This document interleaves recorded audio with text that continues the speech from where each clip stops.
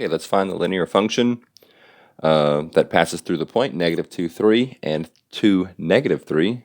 Remember, a linear function is a function that has the form f of x equals mx plus b, where m is a real number, being the slope, or the leading coefficient, however you want to look at it, and b is the y-intercept, or just the constant term, however you want to look at it there. Okay, but the first thing we need to do is find m, and then we're going to find b. To find m, we'll use the slope formula, y2 minus y1 over x2 minus x1. Okay, knowing that this is my first x, this is my first y, this is my second x, and this is my second y, I'll plug these values into this formula.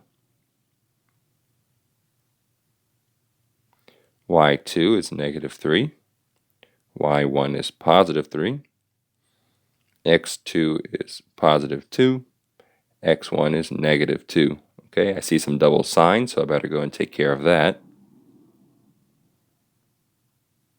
Minus a negative, of course, is plus.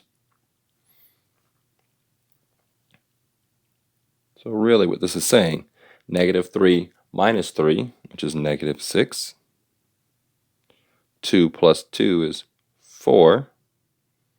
And I can reduce that down by dividing them both by 2.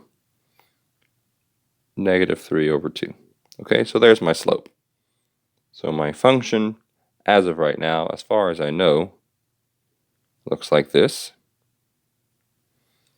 Now I need to determine b. I need to figure out the constant term. Okay, let's use the fact that plugging in an x value into a function will give you a y value out. So I'll pick one of these points. I'll just go with the first one. It doesn't really matter.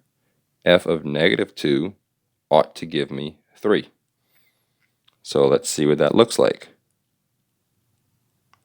F of -2 is me plugging -2 into the formula that I have so far for the function, and then setting it equal to the y value of 3. -3 over 2 times -2. Well, 2 negatives, of course, make positive. And the 2's will cancel out, leaving me with just 3 plus b equals 3. To get b by itself, I'll subtract 3 from both sides, so that 3 cancels on the left, and 3 minus 3 on the right is 0. So my constant term is 0. So my final answer then, I'll write this in green so we can see it better up here, is f of x equals -3 over 2, x plus 0. But of course, this literally adds nothing to my answer, so I will not include the plus 0. So there we go. That would be my linear function.